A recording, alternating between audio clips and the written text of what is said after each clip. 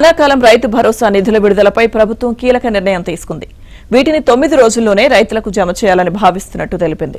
June నెలాఖరులో Khammam జిల్లాలో రైతులతో భారీ బహిరంగ సభ నిర్వహించి రైతు భరోసా నిధులను వారి ఖాతాల్లో జమ చేయించడాన్ని ఆ సభలోనే సీఎం రేవంత్ చేతుల మీదుగా ప్రారంభించనున్నట్లు సమాచారం. ఈ మేరకు వ్యవసాయ శాఖ అవసరమైన ఏర్పాట్లపై దృష్టి సారించింది. అయితే యాసంగి రైతు భరోసా నిధులను జమ చేసిన ఎకరాల తరహాలో కాకుండా ఈసారి ఎప్పట్లానే రైతుల వారీగా పెట్టుబడి సాయాన్ని అందించనున్నారు. అంటే ఒక రైతుకు ఎంత విస్తీర్ణం ఉంటే అంతటికీ ఒకేసారి జమ చేయనున్నారు.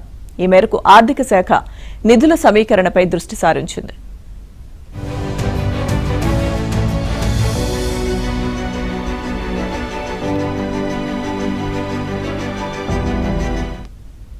ఇక ఈ నెల 18న జరగనున్న కేబినెట్లోనూ రైతు భరోసా నిధులపై చర్చించనున్నట్టు తెలుస్తోంది.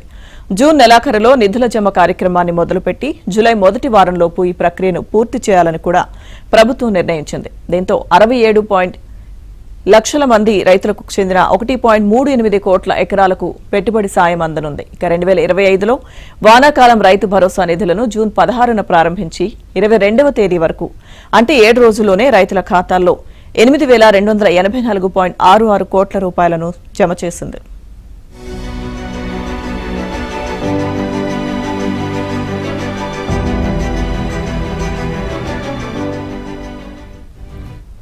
ఈ ఏడాది జూన్ 18 నుంచి 23 వరకు భారీ వర్షాలు కురవనున్నాయని వాతావరణ శాఖ చెబుతోంది. ఈ నేపథ్యంలో ఆ 4 రోజుల పాటు కార్యక్రమాలను వాయిదా వేయాలని ప్రభుత్వం ప్రాథమికంగా నిర్ణయించింది. దీంతో 23వ తేదీ తర్వాత చివరి వారంలో మంచి రోజు చూసుకుని రైతు భరోసా నిధుల విడుదల బహిరంగ సభను నిర్వహించనున్నారు.